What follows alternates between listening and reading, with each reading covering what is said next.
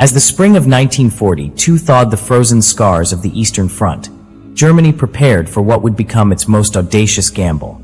The Wehrmacht, battered yet unbroken from the Soviet winter counteroffensives, spent the first half of the year reforging its steel.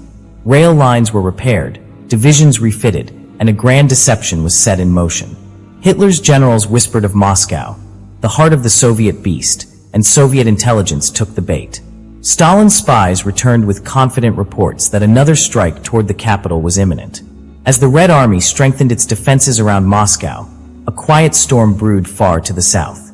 The real target was the oil-rich Caucasus, the black blood that fed the German war machine. The plan was called Fall Blau, Case Blue, a campaign of sweeping ambition. By midsummer, the German army group south surged eastward, its panzers carving through the plains toward Rostov. Once the city fell on July 23rd, Hitler divided his forces. Army Group A plunged toward the Caucasus under the code name Operation Edelweiss, chasing the promise of oil in Maykop, Grozny, and Baku. Meanwhile, Army Group B, under Operation Fishreier, Heron, swept toward Stalingrad and the Volga, intending to cut Soviet supply lines and reach the Caspian Sea. The strategy gleamed with the illusion of brilliance. Hitler imagined a map where Germany would straddle the Soviet Union from the Black Sea to the Caspian, strangling its heart and draining its strength forever. By August, the German advance was astonishing. Army Group A's vanguard could see the snow-capped peaks of the Caucasus. Soldiers joked they could already smell the oil of Baku. To the north, Army Group B reached the outskirts of Stalingrad, its artillery roaring across the Volga. The disinformation campaign had worked perfectly. The Soviet southern flank lay dangerously exposed. But as summer faded, so too did the German momentum. By September, the Wehrmacht's lightning thrust slowed to a crawl. Soviet reinforcements poured in, defenses stiffened, and counterattacks flared like wildfires across the steppes. The mighty German columns, once unstoppable, now bled fuel, men, and morale. The scorching winds of August gave way to the bitter breath of October, and with it came the realization that this campaign, meant to secure oil and glory, was grinding to a halt. Now the Germans dug in. The vast operation had stretched supply lines to breaking. The Caucasus front faltered, and the struggle for Stalingrad, once meant to be a stepping stone, turned into a brutal siege. Every street, every ruined factory became a battlefield. Hitler demanded the city's capture, for it bore Stalin's name, and to take it, he believed, would shatter Soviet spirit. The soldiers of the Sixth Army obeyed, unaware that their conquest would soon become their tomb. As winter crept once more across the steppe, the Red Army prepared its own designs, a storm of steel and vengeance that would turn the hunters into the hunted. The quiet before the storm had come again, but this time, it was the Germans who stood unaware beneath its shadow. By late November 1942, the frozen winds howled across the steppe like a grim omen.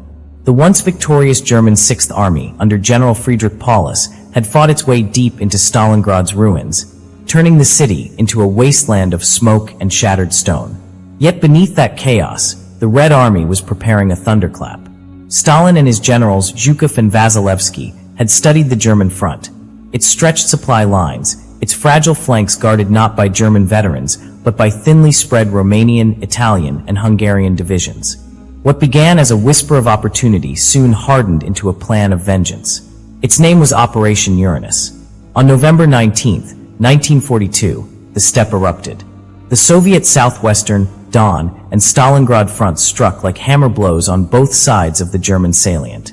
The icy dawn was pierced by artillery fire that shook the earth for miles.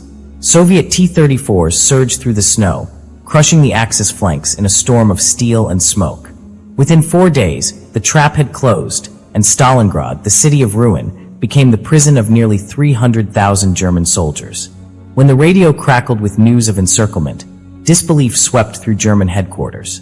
Paulus looked to his maps, tracing imaginary escape routes that no longer existed. Outside, the temperature plummeted below freezing. Rations dwindled, ammunition thinned, and the once proud Sixth Army was now surrounded by an enemy 3 times its size. At first, German high command proposed a breakout. The Sixth Army could still fight its way west, but that decision was swiftly overruled. Hitler, speaking from his headquarters in East Prussia, commanded, "Stalingrad must be held. It is a fortress." He promised that the Luftwaffe would supply the trapped army by air. an impossible pledge that doomed thousands. Each day, Soviet fighters hunted the lumbering German transport planes, and those that reached the city dropped only a fraction of what was needed. Starvation set in. Frostbite claimed more men than bullets. The Sixth Army dug trenches in frozen ground, their breath crystallizing in the air, their eyes hollow from hunger. But not all hope was lost. To the south, Field Marshal Erich von Manstein formed Army Group Dawn and prepared a bold counterstroke, Operation Wintergewitter, Winter Storm. His plan was to break through the Soviet lines and reach the Sixth Army before it was too late. On December 12, 1942, German panzers roared to life once again. The offensive began with fire and fury, slicing through Soviet positions. For a brief moment, hope flickered. By December 20th, Manstein's lead elements were within 35 kilometers of Paulus's encircled army. The rescue seemed almost possible, a heartbeat away from salvation. But the Soviets reacted with ruthless speed. Reinforcements poured in, blunting Manstein's advance. The snow turned red once more, and his offensive ground to a halt. Paulus waited for the order to break out, to link with Manstein's spearhead, but it never came. Both generals knew the truth. The Sixth Army no longer had the fuel, strength, or means to escape.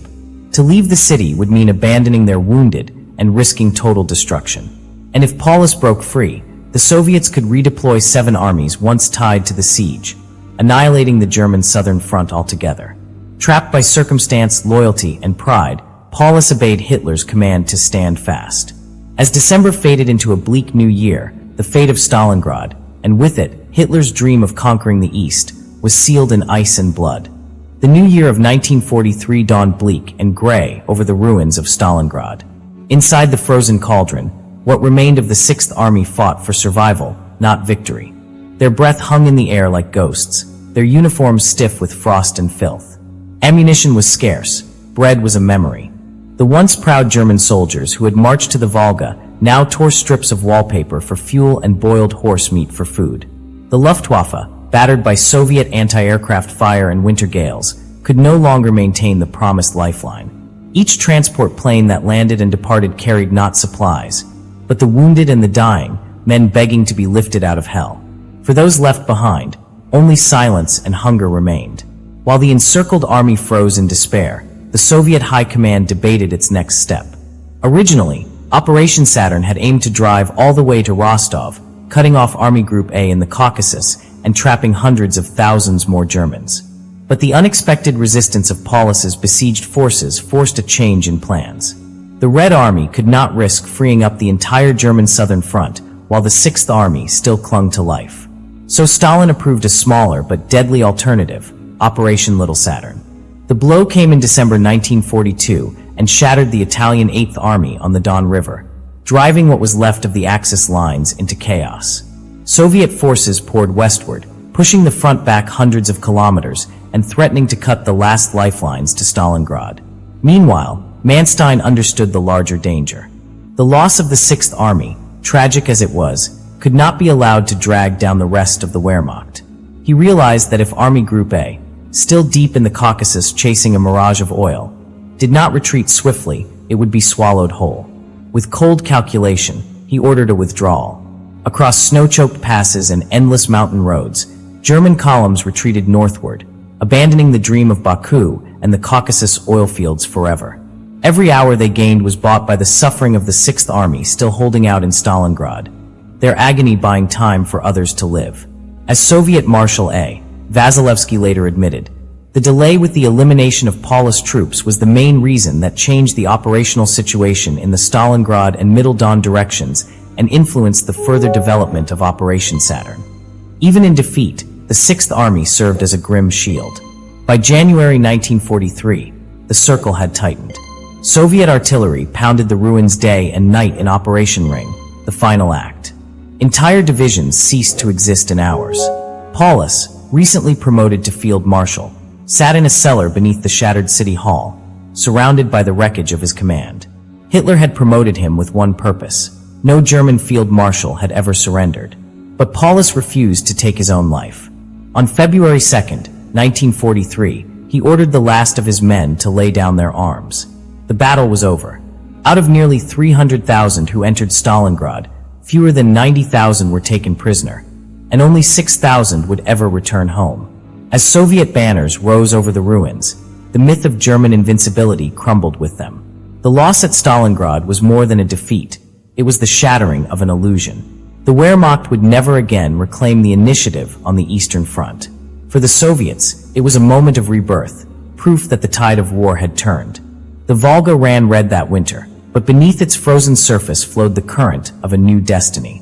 Hitler's grand illusion, the dream of empire, oil, and endless conquest, had died amid the ashes of Stalingrad, where the wind still whispers over the ruins, carrying the voices of those who never left.